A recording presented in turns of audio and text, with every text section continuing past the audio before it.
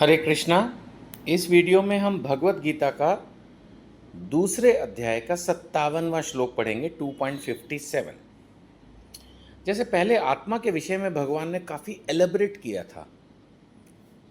I am nobody to comment कि भाई भगवान ने ज़्यादा श्लोक ले लिए, बट आत्मा को अगर भगवान चाहते तो कम श्लोकों में भी कवर कर सकते थे। बट मैं पहले कभी टीचर रहा हूँ, तो ये मेरी अपनी सोच है कि अगर कोई महत्वपूर्ण विषय है, इम्पॉर्टेंट टॉपिक है, कॉन्सेप्ट है, तो टीचर उसको ज़्यादा बार रिपीट करता है। ये एक नेचर होता है टीचर का। तो भगवान को अर्जुन जी ने रिक्वेस्ट कहा ही था कि मैं आपकी शरणागत हूँ, आपका शिष्य हूँ, मुझे उपदेश दें। तो वो टीचर मोड में मेरे को लगता है कि समझा रहे हैं, तो इसलिए जो इम्पॉर्टेंट बातें हैं उनको बार बार बोलते हैं। ऐसे ही ये 57वां श्लोक है, इसमें भी ऑलमोस्ट बात रिपीट हो रही है। वो भगवान कह रहे हैं कि इस भौतिक जगत में जो व्यक्ति न शुभ की प्राप्ति से हर्षित होता है, न अशुभ के प्राप्त होने पर उससे घृणा करता है, वह पूर्ण ज्ञान में स्थिर होता है। अर्जुन ने पूछा ही था, स्थित प्रज्ञ समझाओ, कैसे उठता है, बैठता है, चलता है, बोलता है। तो भगवान पूरा उसको एग्जाम्पल दे दे के छोटी छोटी बातों से एक्सप्लेन कर रहे हैं, और हमें भी समझना है। अब यहाँ पर लिखा है कि शुभ की प्राप्ति में हर्षित नहीं होना है। हर्षित का मतलब पागल नहीं होना है। अब घर में अगर मान लेते हैं बच्चे का जन्म हुआ, चाहे पुत्र हो या पुत्री, नया मकान लिया, नई गाड़ी ली, तो इसका मतलब ये नहीं है कि भक्ति कर रहे हैं तो उदास रहेंगे, चेहरे पर कोई भाव ही नहीं आएगा। भाव ये है कि ज़्यादा पागल हो जाने की ज़रूरत नहीं है कि हमने देखो इतनी बड़ी गाड़ी ले ली, किसी के पास नहीं है बाबूजी पूरे गाँव में। ये गलत है। या सबसे ऊंचा मकान बनाना है मेरे को, जब मकान बना रहे हैं तो सबसे ऊंचा मकान बनाना है। ज़रूरत हो तो ज़रूर ऊंचा बनाओ, नहीं तो सिर्फ दूसरों को दिखाने के लिए अगर ऊंचा मकान बना रहे हो तो ये भक्त के लक्षण नहीं है। सो व्यक्ति ने शुभ की प्राप्ति से हर्षित नहीं होना है, और अशुभ के प्राप्त होने पर उससे घृणा करता है। कुछ भी अशुभ होता नहीं, पहली बात तो सब कुछ जो कुछ होता है भगवान की इच्छा से होता है। कहने का मतलब वही आ गया घूम फिर के कि जय पराजय, सुख दुख, लाभ हानि में संभाव रहना है। मोटी बात वही है, तभी जीवन सही मायने में भगवत गीता के अनुसार चलेगा। 58वां श्लोक। यहाँ भगवान ने एक और एग्जाम्पल दे डाला। जैसे कि टीचर्स की आदत होती है, कंसेप्ट समझाते वक्त रिपीट भी करते हैं, फिर एग्जाम्पल भी देते हैं। भगवान कह रहे हैं, जिस प्रकार कछुआ अपने अंगों को संकुचित सिकोड़ लेता है, कहाँ कर लेता है, खोल के भीतर कर लेता है। अगर कछुए को लगे ना कहीं भी कोई टेंशन हो रही है, तो वो सब कंट्रोल करके एक गोल सा बॉक्स बन जाता है। उसी तरह जो मनुष्य अपनी इंद्रियों को इंद्रिय विषयों से खींच लेता है, कंट्रोल कर सकता है। ये नहीं कि कुछ उसके सामने खाने को आ गया तो जरूर ही खाएगा, है ना, जरूर स्मेल करेगा, जरूर सुनेगा, मतलब ही हैज़ सेल्फ कंट्रोल। जब जितना ज़रूरी है तब उतना ही रिएक्ट करेगा, उतना ही खाएगा, उतना ही सोएगा, उतना ही नहाएगा, उतना ही बोलेगा, उतना ही सुनेगा। कंट्रोल है उसका खुद पर। तो वो भगवान उसको कह रहे हैं ये कछुए के समान है, जो जरूरत पड़ने पर अपनी इंद्रियों को इंद्रिय विषयों से खींच लेता है। वो है सेल्फ कंट्रोल। वो पूर्ण चेतना में दृढ़तापूर्वक स्थिर रहता है। स्थिर रहने में भी दृढ़ता चाहिए। ये नहीं कि थोड़े समय तो स्टेबल है फिर अचानक चीखने चिल्लाने लगे ना। एक जो स्थिर जीवन है, प्रभुपाद जी कहा करते थे, a devotee is a devotee for 24 hours. कहने का मतलब ये है कि अगर आप भक्त हो तो हर स्थिति में आप भक्त हो।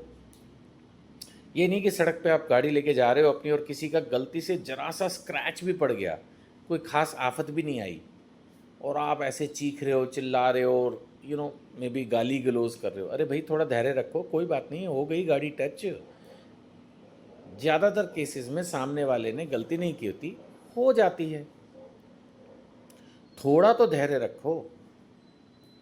तो यही है कि वो पूर्ण चेतना में दृढ़तापूर्वक स्थिर होता है ना। चलिए एक श्लोक और ले लेते हैं इसमें, 59। भगवान कह रहे हैं, देहधारी जीव इंद्रिय भोग से भले ही निवृत्त हो जाए, पर उसमें इंद्रिय भोगों की इच्छा बनी रहती है।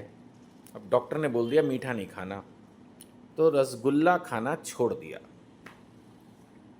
तो देहधारी जीव इंद्रिय भोग से भले ही निवृत्त हो जाए, तो इंद्रिय भोग था, रसगुल्ला खाना छोड़ दिया, पर उसमें इंद्रिय भोग की इच्छा बनी रहती है, बट रसगुल्ला खाने की इच्छा बनी हुई है।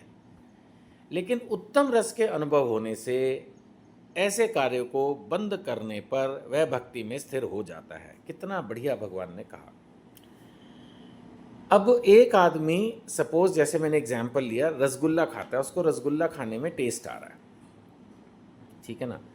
अब हमने बोल दिया आपको रसगुल्ला नहीं खाना, ये तो बिल्कुल चीनी से बना होता है, सही नहीं है।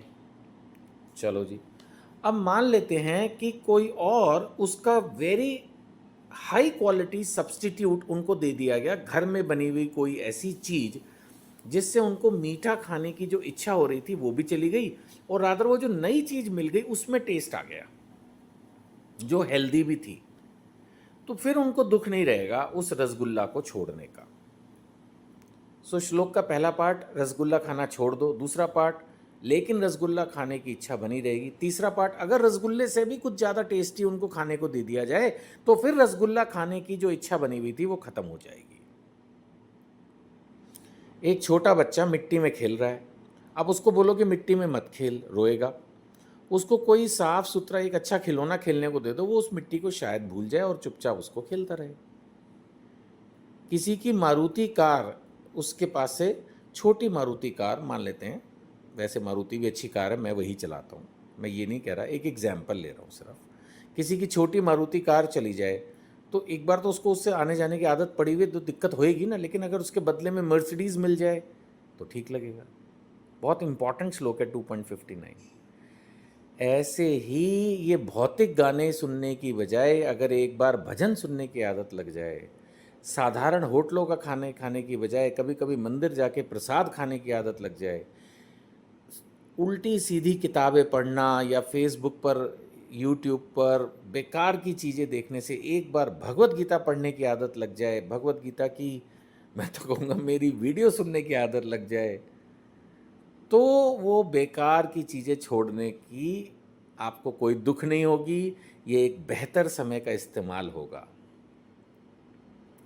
तो और लोगों को भी, अब आप ये वीडियो ध्यान से सुन रहे हैं, आपको शायद अच्छी लग रही है, अगर आंसर हाँ है तो किसी और का भी भला करो, उसको भी ये वीडियो फॉरवर्ड करो, उसको भी रिक्वेस्ट करो कि भगवत गीता खरीदिए, पढ़िए, और पहले खुद भी खरीदिए, खुद भी पढ़िए, इससे आपको भी लाभ होगा, जीवन संभलेगा। ये YouTube की जो हमारी वीडियो है इसकी डिस्क्रिप्शन में हमारे फेसबुक चैनल, इंस्टाग्राम चैनल, उन सब के लिंक्स भी दिए हैं, आप उसको भी हमें ज्वाइन कर सकते हैं। और मैंने पहले भी बताया था कि सारी वीडियोस सिस्टमैटिकली hindiharikatha.com, ये भी वीडियो के ऊपर दिया है, उस वेबसाइट पर आप जाएंगे तो कोई लॉगिन नहीं है, कोई चार्जेस नहीं है, और सारी वीडियो एकदम सिस्टमैटिक सजा के लगा रखी है। धन्यवाद। हरे कृष्णा।